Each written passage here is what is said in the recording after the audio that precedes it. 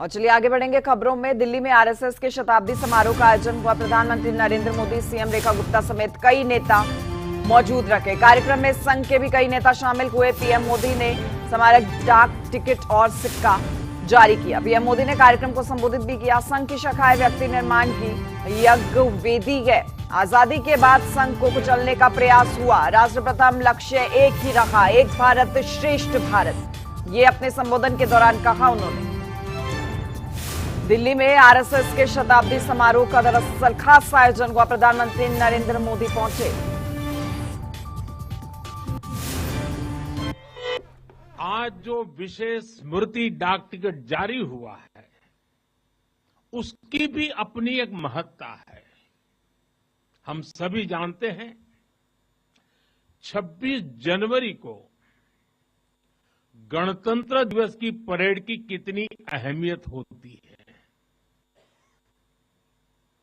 1963 में आरएसएस के स्वयंसेवक भी 26 जनवरी की उस राष्ट्रीय परेड में शामिल हुए थे और उन्होंने आन बान शान से राष्ट्रभक्ति की धुन पर कदम ताल किया था। इस टिकट में उसी ऐतिहासिक क्षण की स्मृति है। साथियों, संघ के स्वयंसेवक जो अनवरत रूप से देश की सेवा में जुटे हैं, समाज को सशक्त कर रहे हैं, इसकी भी झलक एक स्मारक डाक टिकट में है।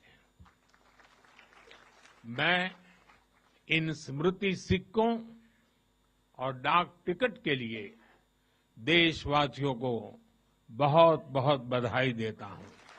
इसलिए संघ के बारे में कहा जाता है कि इसमें सामान्य लोग मिलकर असामान्य अभूतपूर्व कार्य करते हैं।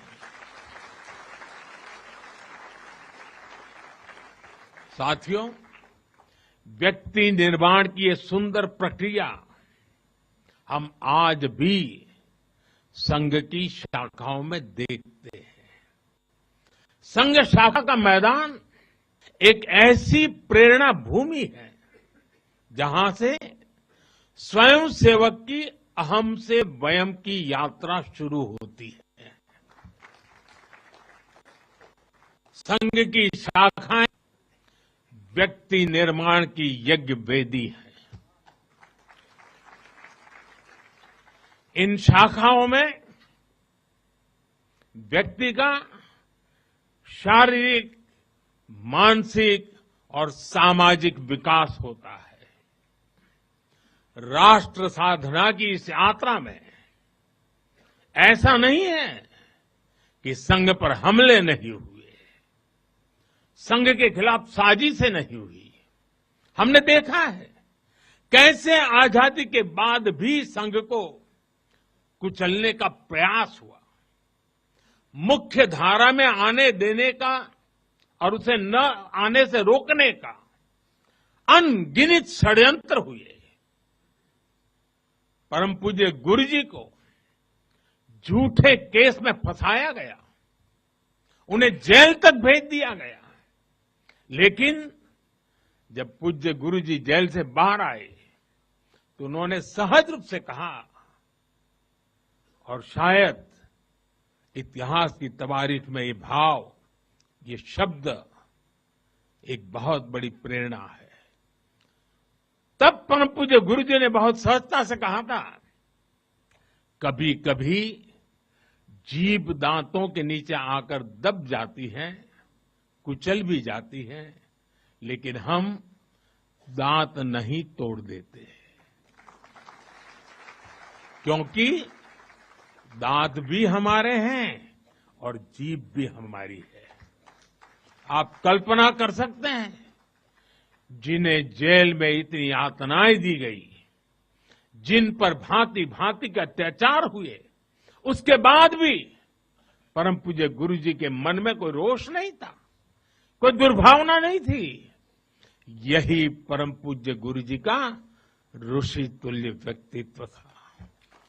साथियों, राष्ट्र निर्माण का महान उद्देश्य व्यक्ति निर्माण का स्पष्ट पथ और शाखा जैसी सरल जीवंत कार्य पद्धति, यही संघ की 100 वर्षों की यात्रा का आधार बने हैं। इन्हीं स्तंभों पर खड़े होकर संघ ने लाखों स्वयंसेवकों को गढ़ा, जो विभिन्न क्षेत्रों में देश को अपना सर्वोत्तम दे रहे हैं, देश को आगे बढ़ाने के लिए निरंतर प्रयास कर रहे हैं। समर्पण से, सेवा से और राष्ट्र के उत्कर्ष की साधना से। साथियों, संघ जब से अस्तित्व में आया, संघ के लिए देश की प्राथमिकता ही उसकी अपनी प्राथमिकता रही है। इसलिए जिस कालखंड में जो बड़ी चुनौती देश के सामने आई, संघ ने उस कालखंड के अंदर अपने आप को झोंक दिया, संघ उससे जूझता रहा।